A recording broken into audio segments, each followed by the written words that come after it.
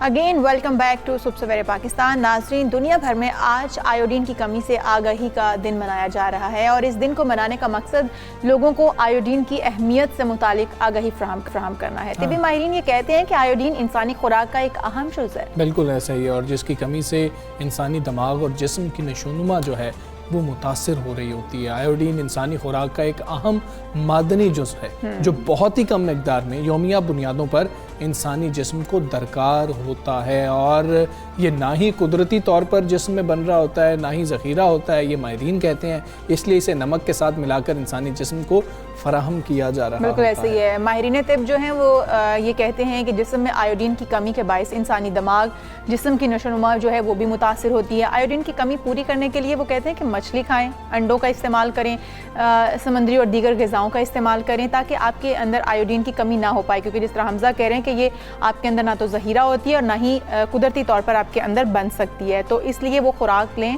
जिससे आपके अंदर आयोडीन की कमी ना हो पाए। फिर हम थायराइड की जब बात कर रहे होते हैं, वो हार्मोन्स के लिए बहुत ज़्यादा ज़रूरी है और सेहतमंद अफराद में 15 से 20 मिलीग्राम कहते हैं कि होता है, ताकि थायराइड ग्लैंड के अफ़ाल को रेगुलेट किया जा सके। ये सारा मसला है, और इसके अगर हम देखें इससे इफ़ेक्ट ज़्यादा कौन हो रहे होते हैं, क्या बच्चे हो रहे होते हैं, मर्द ज़रात हो रहे होते हैं, ख़वातीन हो रही होती हैं, जानना बहुत ज़्यादा ज़रूरी है। और हमारे लिए कितना ज़्यादा ज़रूरी है आयोडीन, इसी पर हमने बात करनी है। माहिर ग़िज़ायत आयशा नासिर हमारे साथ मौजूद है। आयशा अस्सलाम वालेकुम, गुड मॉर्निंग। हमें आयोडीन के बारे में बताएँ, वैसे ये है क्या, क्यों ज़रूरी है और किसके लिए ज़रूरी है? आयोडीन एक ट्रेस एलिमेंट है जो कि खुराक के अंदर मौजूद तो है लेकिन बहुत कम मिकदार के अंदर, जैसे फ़िश के अंदर, जैसे अभी बात भी हुई कि फ़िश के अंदर मौजूद है, या डेयरी प्रोडक्ट्स यानी कि दूध, चीज़ या दही के अंदर मौजूद है लेकिन बहुत कम मिकदार में। और तीसरा इसका अच्छा सोर्स आता है आयोडीन मिला हुआ नमक।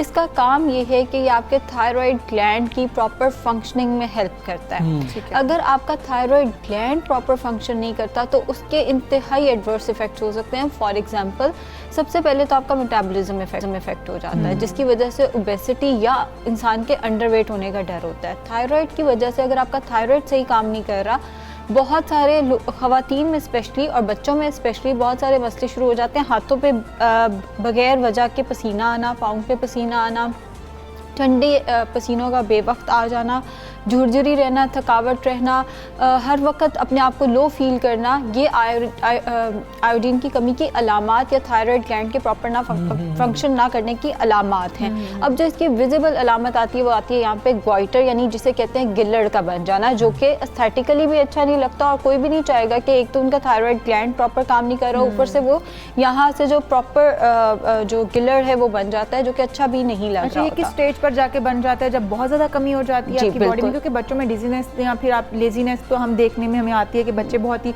वो फील कर रहे होते हैं, लो फील कर रहे होते हैं, थकावट का शिकार हो जाते हैं, तो उनमें हम ये तो समझ सकते हैं कि आयोडीन की कमी है। तो जो ग्लैंड का इस तरह से बन जाना जो आप कह रही हैं, वो किस स्टेज पर जाके? यूजली 40s के बाद ये ज़्यादा देखा गया, लेकिन ये किसी भी स्टेज पे बन सकता है, बच्चों में भी बन सकता है। यूजली ये 40s के बाद ज़्यादा देखा गया है। प्रेग्नेंट ख़वातीन में या जो ख़वातीन हैं उनमें इसकी टेंडेंसी ज़्यादा है, लेकिन मर्द हज़रात में भी ग्वाइटर का जो है वो बढ़ जाना कुछ केसेस में देखा गया। ज़्यादा ये फीमेल्स के अंदर देखा जाता है। अब होता क्या है कि जब आपका मेटाबॉलिज्म स्लो हो गया, वेट एकदम बढ़ना शुरू हो जाता है, ऊपर से थकावट आपको हर वक्त फील हो रही है, तो वॉक करने का भी दिल नहीं कर रहा होता। फिर जब हम थायराइड टेस्ट कराते हैं तो जी थायराइड की या तो कमी हुई होती है या हाइपर एक्टिव थायराइड जो है वो हुआ होता है। दोनों केसेस के अपने मसले मसाइल हैं और दोनों आपके बेसिकली डायरेक्ट मेटाबॉलिज्म पे इफेक्ट करता है।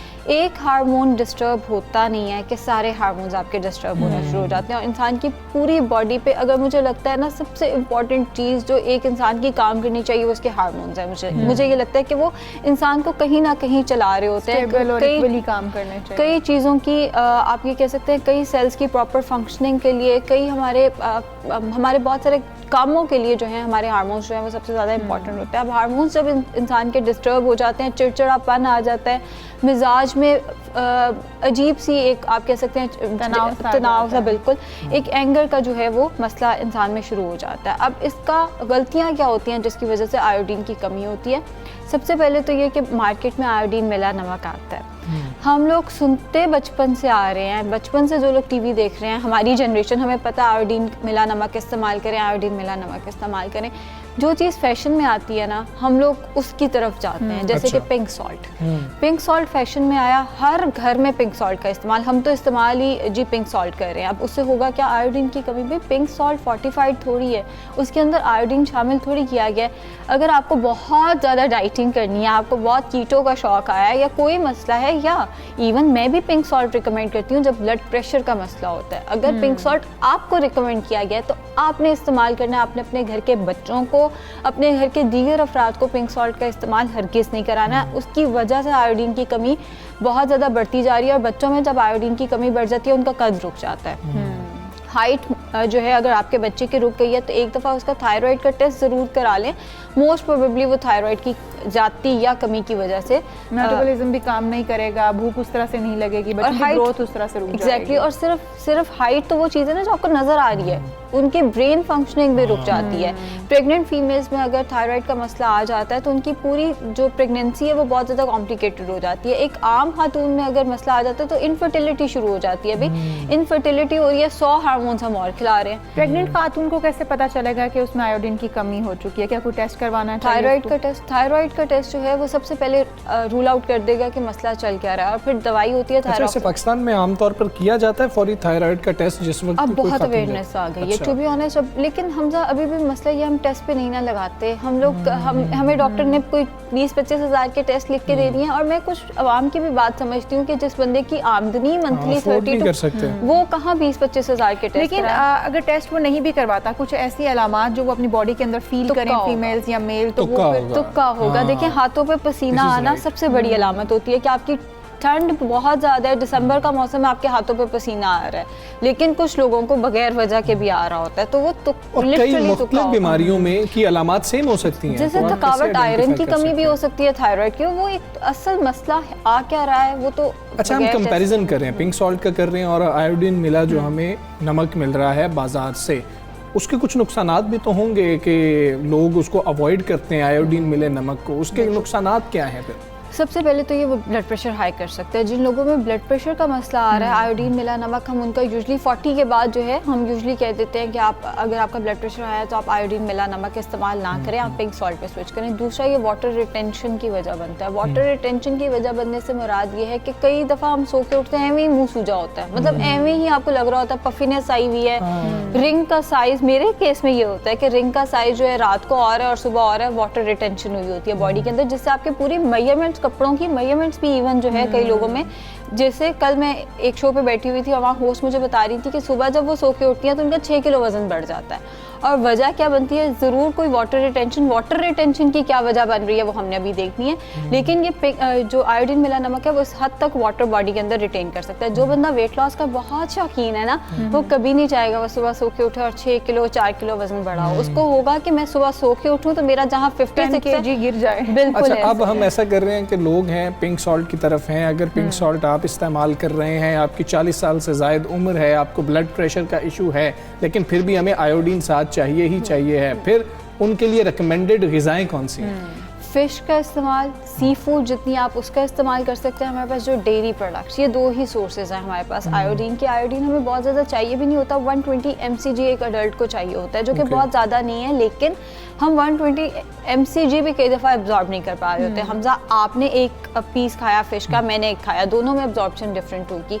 और फिर अगर आपने फ़िश वगैरह खाई है, पाकिस्तान में हम लोग फ़ौरन कहवा भी तो पीते हैं ना, वो न्यूट्रिएंट्स की एब्जॉर्प्शन जो है वो रोक देता है। तो अगर ऐसा मसला है, आप किसी वजह से आयोडीन नहीं ले सकते, तो आयोडीन के सप्लीमेंट्स भी डॉक्टर आई एम श्योर फिर शुरू करा देगा। उस केस में आयोडीन के सप्लीमेंट्स हो सकते हैं जो डॉक्टर ही शुरू कराएगा, हम इधर बैठ के कोई डोजेज नहीं बताएंगे उसकी। और दूसरा फिर ये आ जाता है कि आपने जब अपनी फूड खानी है उसके 1 घंटा पहले, 1 घंटे बाद कोई ऐसा काम नहीं करना जिससे आपकी न्यूट्रिएंट्स की एब्जॉर्प्शन रुक जाए, जैसे कि किसी बेवरेज का इस्तेमाल, या आपने उसके साथ फिर ये नहीं करना कि आपने कॉफ़ी ले ली, ग्रीन टी ले ली या कोई कहवा ले लिया। ठीक हो गया। अच्छा, बच्चों और बूढ़ों में क्या डिफरेंस है? मतलब बड़ों में कितना आयोडीन की कमी किस हद तक हो सकती है, बच्चों में तो आपने बता दिया। बुजुर्ग जो हजरात हैं, और जैसे हमजा ने कहा भी कि उनमें ब्लड प्रेशर के पेशेंट भी होते हैं बहुत ज़्यादा, उनमें आयोडीन की कमी कितनी हो सकती है, कितने फीसद? देखिए, आयोडीन की कमी जो है ना वो अक्सर होता ये है कि फीमेल्स में शुरू होती है थ्रू आउट प्रेगनेंसी, और वो चलते चलते वो अडल्ट तक चले जाती है। मतलब वो अडल्ट या बुढ़ापे की लाइफ तक उनकी जो है वो चले जाती है। यूजुअली जब एक इंसान 60 क्रॉस करता है तो आयोडीन की कमी ऐसा होनी नहीं चाहिए। ठीक है। मतलब उस ऐसा आयोडीन की कमी होनी नहीं चाहिए, बट होता ये है कि आपका पीछे से कोई मसला चल रहा है, वो चलते चलते जो है वो आप अडल्ट लाइफ को गुजार के अपने जो बुढ़ापा है उसमें एंटर हो। बिल्कुल ठीक है, बहुत शुक्रिया आयशा, सगरे पाकिस्तान का आप हिस्सा बनी और आप हमें बता रही थी इनकी अहमियत क्या है और उसके सोर्सेज क्या हैं।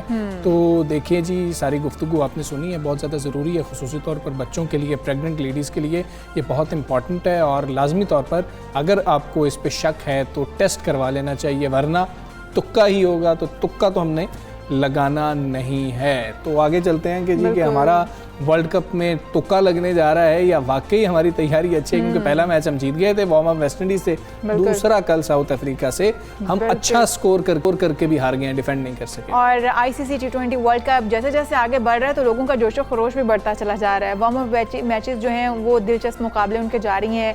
इसके बावजूद हम जो है कल का मैच हार गए हैं, हालांकि हम बड़े अच्छे खेल जो है वो पेश कर रहे हैं। हम अपने जो आने वाले फाइनल मैचेस हैं उनके लिए बड़ी अच्छी तैयारी कर रहे हैं, लेकिन इसके बावजूद जो है कहीं ना कहीं कोई ना कोई चीज़ें ऐसी होती हैं जिनसे हम मात जो है वो खाई जाते हैं। कल हम जिक्र कर रहे थे, आमिर सुहेल साहब अभी भी हमारे साथ मौजूद हैं, उनको शामिल गुफ्तगू करते हैं। आमिर भाई अस्सलाम, गुड मॉर्निंग। हम कल ही जिक्र कर रहे थे, आप आइडेंटिफाई कर रहे थे इस मसले को कि हमने डेथ ओवर्स किससे करवाने हैं, आखिरी ओवर हमारे किसने करने हैं, ये क्लियर होना बहुत ज़्यादा ज़रूरी है। हारिस से करवाया, हारिस ने 5 चौके खाए, कल भी 22 रन पड़ गए, हसन अली को 19 रन चाहिए थे, डिफेंड नहीं कर सके।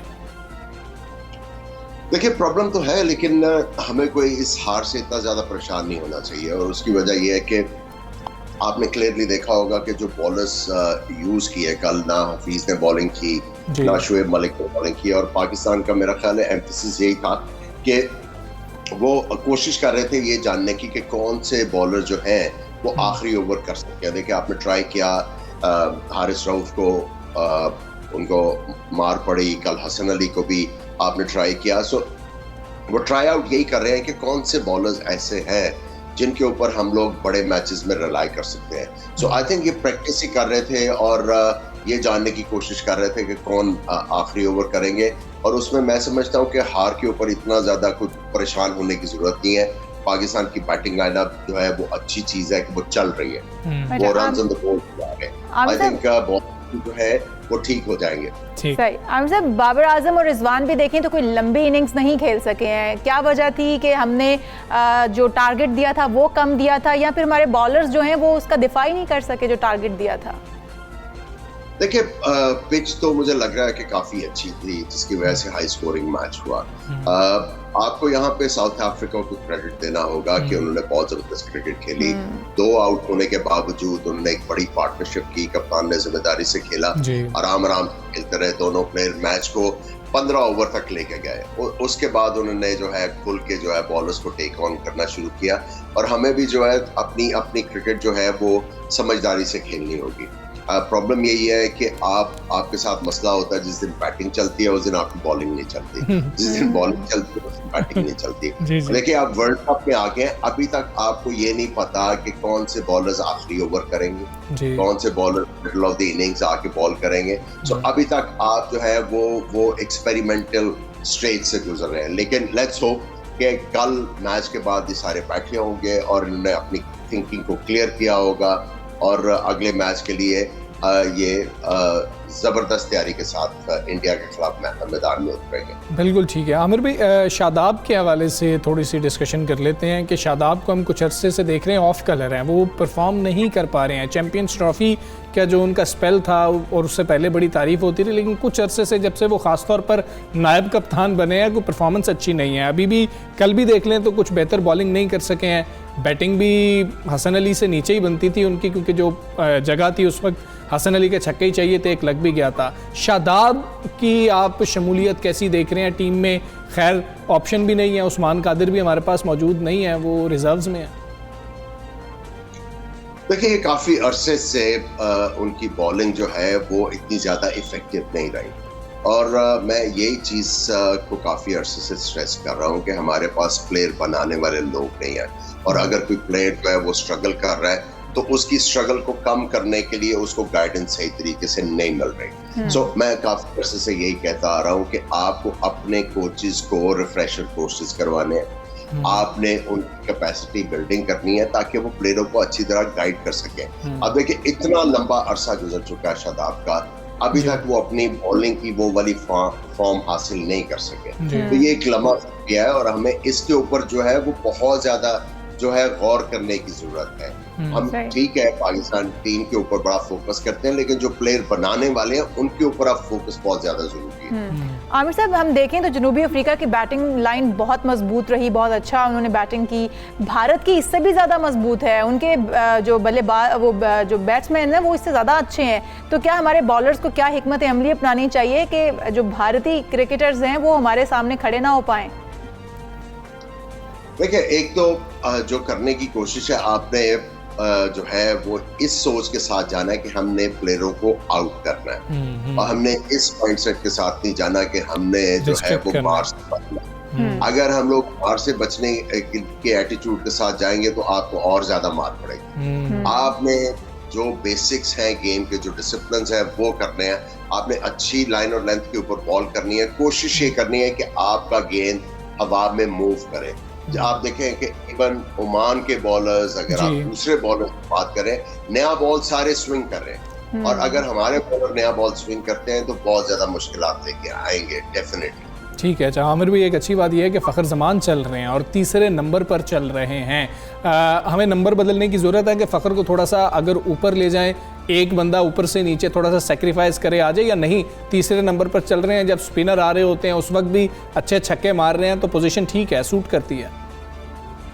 देखिए अगर अच्छा काम कर रहे हैं तो बिल्कुल उनको करना चाहिए, और देखना चाहिए एक दो मैचेस में रिजवान को, अगर वो आपको रन्स करके देते हैं, रिस्पॉन्सिबिलिटी से खेलते हैं, फॉर्म अपनी रीगेन करते हैं, तो उन्हीं के साथ जिस तरह बाबर आजम ने कहा है वो मेरे साथ ओपन करेंगे। अगर नहीं होता तो आप स्वॉप कर सकते हैं, आप फ़खर जमान को ओपन पे लेके आ सकते हैं और नंबर 3 के ऊपर आप किसी और का सोच सकते हैं। अच्छा, बाबर आजम की कप्तानी पर आप क्या राय रखते हैं? क्या मेगा इवेंट में कप्तानी के बोझ तले दब के उनकी बैटिंग जो है वो तो नहीं मुतासिर हो जाएगी कहीं? देखिए वो काफी अर्से से पाकिस्तान की अब कप्तानी कर रहे हैं और उनको यूज्ड टू हो जाना चाहिए, और मेरा ख्याल है जब से वो कप्तान बने हैं जिम्मेदारी से खेल रहे हैं, रन्स भी कर रहे हैं और टीम को अच्छे तरीके से हैंडल कर रहे हैं। देखिए कप्तान उतना ही अच्छा होता है जितनी टीम अच्छी है। बेसिकली अगर टीम कप्तान के फैसलों को अच्छी तरीके से रिस्पॉन्ड करेगी तो टीम डेफिनेटली जीतेगी, लेकिन अगर कप्तान एक बॉलर को लेके आता है या बैट्समैन को प्रमोट करता है बैटिंग ऑर्डर में, अगर वो काम नहीं करता और वो स्ट्रैटेजी काम नहीं आती तो फिर तो मुश्किल तो होगी। बिल्कुल ठीक है। आमिर भाई, एक दो और चीज़ें हैं। वसीम को कल चांस मिला, ठीक है मार पड़ी, लेकिन आपको उनकी बॉलिंग कैसी लगी कि हमारे पास बेंच स्ट्रेंथ जो है वो बेहतर है, आपको ये फील हुआ? और दूसरी चीज़, आसिफ के हमने चंद अच्छे शॉट्स देखे हैं, तो ये कितना खुशाइंद है? देखिए ये अच्छी चीज़ है कि आपकी टीम जो है वो मैच को आखिरी ओवर्स में लेके आ रही है और उसको स्ट्रॉन्ग फिनिश करने की कोशिश कर रहे हैं। और देखिए ये वाली चीज़ मोहम्मद आसिफ को कंसिस्टेंटली करनी है। ठीक है। कई दफ़ा उनको मौका मिलेगा जहाँ पे उनको इनिंग्स जो है वो पूरी टीम को कैरी करना पड़ेगा, कहीं पे उनको फिनिश करना पड़ेगा स्ट्रांगली। सो उनको रेडी होना चाहिए क्योंकि काफ़ी अरसे से वो पाकिस्तान टीम का हिस्सा है और इंटरनेशनल क्रिकेट खेल रहे हैं। जहां तक मोहम्मद वसीम की बात है, देखें उनको आपने सिर्फ 2 ओवर कराए, मैं समझता हूँ उनको वो 4 ओवर करा के चेक करना चाहिए था कि ठीक है पहले 2 ओवर्स में मार पड़ गई, अब ये आखिरी 2 ओवर आके किस माइंडसेट के साथ करते हैं, तगड़े माइंडसेट करते हैं या डरा बॉल कर रहा है, तो आपने ये सारी चीजें चेक करनी होती है। कल मैं समझता हूँ कि थोड़ा सा झोल रहा है जो अप्रोच थी, आप अगर ट्राई आउट करें, देखिए आपने 6 फ्रंट लाइन बॉलर से बॉलिंग करवाई है, आपने ना हफीज को बॉलिंग दी, ना आपने शोएब मलिक को बॉलिंग दी। आई थिंक अगर आपने वसीम को खिलाया था तो उनसे पूरे ओवर करा के एक फाइनल आप जो है अपना माइंड मेकअप करते कि हाँ इसको खिलाना चाहिए या नहीं खिलाना चाहिए। ये प्रेशर में आके किस तरह रिस्पॉन्ड करते हैं। और ये आइडियल मौका था जब उनको 2 ओवर्स में मार पड़ी हुई थी। इतनी ज्यादा तो खैर मार नहीं कह सकते, आप चेक करते कि ये अपने दूसरे स्पेल में आके किस तरह रिस्पॉन्ड। ठीक है आमिर भी, आपको बेहतर कौन लगा, मतलब कि आपकी जाती राय, चले 1-2 पॉइंट्स का ही फर्क क्यों ना हो, हारिस रऊफ, वसीम, किसके साथ जाना चाहिए भारत के मैच में? देखिए डिपेंड करता है पिच क्या है, और अभी मैं इसीलिए कह रहा हूँ कि उनको 2 ओवर्स और करवाने चाहिए थे कि वो प्रेशर में रिएक्ट किस तरह करते हैं। अब बहुत बड़ा प्रेशर मैच है इंडिया के खिलाफ, तो अब उसमें आप पूरी तरह उसको गेज नहीं कर पाए, तो इतना बड़ा फैसला करना थोड़ा सा मुश्किल होगा इस वक्त। ठीक है आमिर सुहेल साहब, बहुत शुक्रिया आपका। सुबह पाकिस्तान से आप बात कर रहे थे, अपना ओपिनियन दे रहे थे, तो टीम अच्छी थी, स्कोर अच्छा था, चले डिफेंड हो जाता ज़्यादा बेहतर था, क्योंकि हम हमेशा अपनी बॉलिंग पर ज़्यादा फख्र करते हैं, ज़्यादा नाज करते हैं, ज़्यादा रिलाई कर रहे होते हैं। लेकिन उन्होंने जैसे कहा कि हमें दूसरी टीम को भी इसका क्रेडिट देना चाहिए कि वो भी अच्छा खेल गए हैं, जिसकी वजह से इतना बड़ा हदफ जो है वो उनको बीट कर गए हैं। तो ये भी अच्छी बात है कि मुकाबला जितना सख्त होगा, हमारी आने वाले मैचेस के लिए तैयारी उतनी ही अच्छी हो जाएगी। हाँ जी, अब तो वार्म मैचेस खत्म हो गए हैं, अब तो हमने भारत के खिलाफ ही टाकरा होगा इतवार के रोज़, और हम सब यही उम्मीद कर रहे हैं एक अच्छा मैच होगा और पाकिस्तान वो मैच इंशाल्लाह जीतेगा और वर्ल्ड कप में पहली बार पाकिस्तान भारत को शिकस्त देगा। आज से पहले कभी भी भारत को हमने वर्ल्ड कप में शिकस्त नहीं दी है। और प्रोग्राम के वक्त खत्म हुआ, अपना बहुत ख्याल रखिए, अल्लाह हाफ़िज़।